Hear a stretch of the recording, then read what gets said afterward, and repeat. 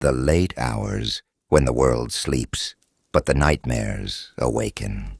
Tonight, dear listeners, I invite you to step into the darkness, to places where the moonlight reveals things best left unseen. You may think you know fear, but nothing quite matches the terror of the werewolf, a creature lurking in the shadows, waiting for the moment when flesh meets fang. 3 tales of midnight horror await you, 3 stories of men and beasts, of survival and slaughter. But beware, my dear friends, the line between man and monster is thinner than you think. Don't forget to smash the like button and subscribe for more at Dr. Sinister's Tales of Terror.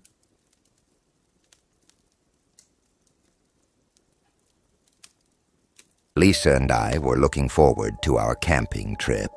The plan was to unplug from everything for a few days, spending time in the remote wilderness near Roanoke. We had packed the truck with everything we needed: tent, sleeping bags, food, and the essentials for a quiet weekend in nature. The road to the campsite was narrow and winding, cutting through miles of dense forest. Lisa was gazing out the window, commenting on how peaceful it all looked. I remember thinking the same, but the deeper we drove into the woods, the quieter everything seemed.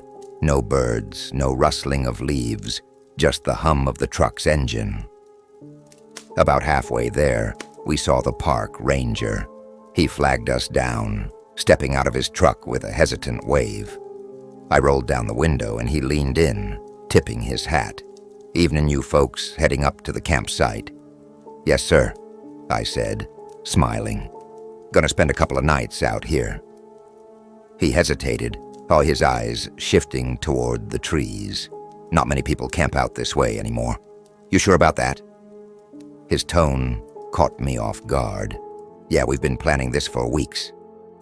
The ranger paused, as if he wanted to say something more, but then nodded. "All right, just be careful. Stay close to your site. Don't wander too far, especially after dark." With that, he stepped back, and I drove on, feeling a little uneasy. Lisa noticed it too. "That was weird," she said. "Do you think he knows something we don't?" I laughed it off, trying to shake the feeling. Probably just doesn't see many campers around here anymore. The sun was setting when it happened. We were only a few miles from the campsite, the light fading fast. As I rounded a bend, something darted out in front of the truck. I hit the brakes hard, and the tires screeched as we came to a stop. Whatever it was had disappeared into the ditch on the side of the road. "Did you see that?" Lisa asked, her voice shaking. "I don't know, it came out of nowhere," I said, grabbing my flashlight and stepping out of the truck. I tucked my pistol into my belt, a precaution I always took in remote areas. Lisa stayed inside, watching nervously. The headlights illuminated the road, but the ditch was dark. I shined the flashlight toward where I thought the thing had gone, and that's when I heard it. A low, guttural growl that made the hair on my neck stand up. "Who's there?" I called out, my voice unsteady. The growl came again, this time closer. I pointed the flashlight toward the sound and froze. 2 glowing eyes stared back at me from the ditch, unblinking and filled with a predatory intelligence. The thing shifted, and I caught a glimpse of fur-covered limbs and claws. It was massive, and it wasn't afraid. I drew my pistol, my hands trembling, and aimed at the creature. "Stay back," I shouted. The thing didn't stay back. Instead, it began to rise, its bones cracking and popping as it stood upright on 2 legs. It towered over me, its form silhouetted against the trees. Its face was part wolf, part nightmare, with sharp teeth bared in a snarl. I fired. The shot echoed through the forest, and the creature let out a roar of pain, staggering back into the ditch. But before I could catch my breath, another growl came from the trees behind me. I turned and saw another set of eyes, glowing, watching, waiting. Panic took over. I sprinted back to the truck, jumping in and slamming the door. "What was it?" Lisa screamed. "Stay in the truck," I yelled, slamming on the gas and tearing down the road. My heart was racing, and my hands were slick with sweat. I didn't look back, but I could feel those eyes on us, even as we left the woods behind. We didn't stop until we reached a gas station miles away. The place was run down, its flickering neon sign barely visible in the darkness. I parked the truck and tried to steady my breathing. Lisa was asking questions, but I couldn't bring myself to tell her what I saw. Not yet. "I need to get some air," I muttered, stepping out of the truck. As I stood by the pump, trying to make sense of what had happened, I noticed a man sitting in an old sedan nearby. He was staring at me, his eyes sharp and focused. At first I thought I was imagining it, but when I glanced back, he was still watching. I approached his car, feeling a mix of curiosity and unease. "Something I can help you with?" I asked. The man didn't flinch. "You been up in those woods?" "Yeah," I said cautiously. "Why?" He nodded, his face serious. "You see anything strange?" I hesitated, not wanting to sound crazy. "What do you mean?" The man leaned closer, lowering his voice. "I've been hunting something out there. Big, dangerous, not natural." My stomach sank. "You've seen it?" He nodded again. "Been tracking it for years. Whatever it is, it's not like anything I've ever hunted. Smart, fast, and it ain't afraid of people." We stood there in silence for a moment, the weight of his words sinking in. Finally, I asked, "Do you think it'll follow us?" The man shrugged. "If it wants to, it will." That night, as we checked into a motel far from the woods, I couldn't stop thinking about the man's words. I didn't know what we had encountered, but I knew one thing for sure. It wasn't over.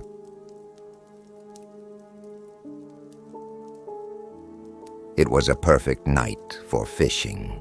The four of us, me, Terry, Mike, and Ray, stood at the edge of the lake, casting our lines into the still, dark water.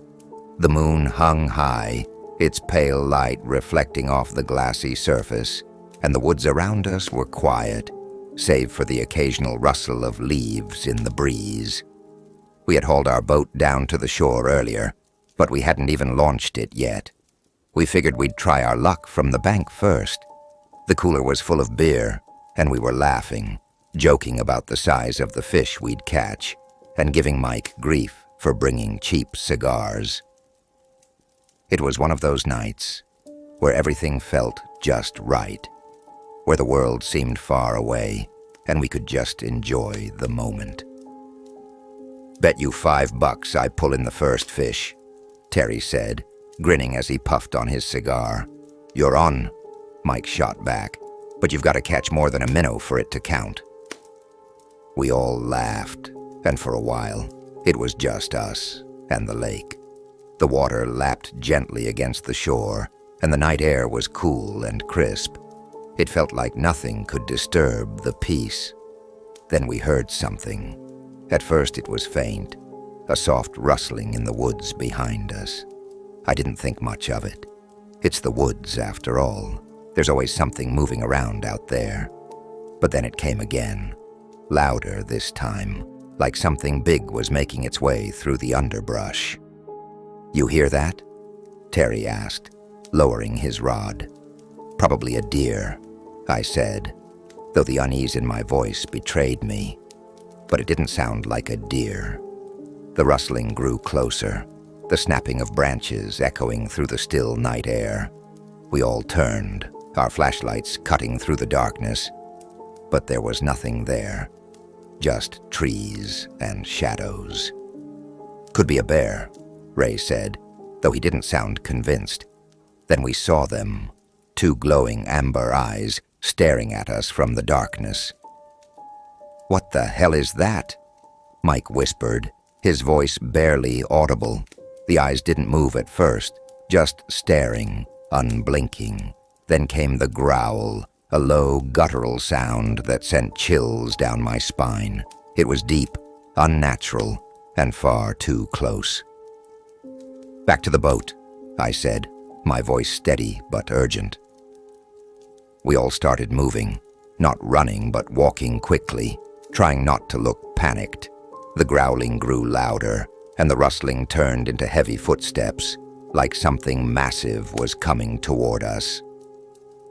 We reached the boat, which was pulled halfway onto the shore. Ray grabbed the cooler and tossed it in as Terry and Mike jumped in, their hands shaking as they fumbled with the gear. I turned, shining my flashlight toward the sound. That's when I saw it. It stepped out of the trees, and my heart stopped. The thing was huge, at least 7 feet tall, covered in dark matted fur. Its limbs were long and muscular, its claws glinting in the moonlight. Its face was a horrifying mix of man and beast, with a long snout, sharp teeth, and those glowing eyes locked onto us. Then it moved, stepping closer, and as it did, its body twisted and shifted. Bones cracked and popped as it rose fully onto 2 legs. The sound was sickening, like it was forcing itself into a form it wasn't meant to have. "Get the boat in the water," I yelled, pulling my pistol from my waistband. I pointed it at the creature, my hands trembling, but it didn't stop. It let out a roar that shook me to my core, its breath visible in the cold night air. Ray and Terry pushed the boat off the shore, the water splashing around their legs as Mike tried to get the motor running. The thing lunged forward, its claws raking the air, and I fired. The shot rang out, and the creature stumbled, letting out an ear-splitting howl. "Get in!" Terry shouted, and I didn't hesitate. I jumped into the boat as Ray shoved us away from the shore. The creature was right there, its glowing eyes fixed on us, but the boat was moving now, cutting through the water as Mike floored the motor. The creature stepped into the shallows, its massive form silhouetted against the moonlight. It didn't follow, but it stood there, watching us as we sped away. I could still hear its growl, even as the distance grew. When we reached the dock on the other side of the lake, no one spoke for a long time. We loaded the boat in silence, our hands trembling as we secured the straps. Terry finally broke the silence. "What the hell was that thing?" he asked, his voice barely above a whisper. None of us had an answer. We just knew we weren't going back to that lake. Whatever that thing was, it wasn't natural, and it didn't belong in this world. Even now, I can still see those glowing eyes in my mind, and I can still hear the sound of its bones cracking as it rose onto 2 legs. Some things are better left in the dark, but I'll never forget what we saw that night on the lake.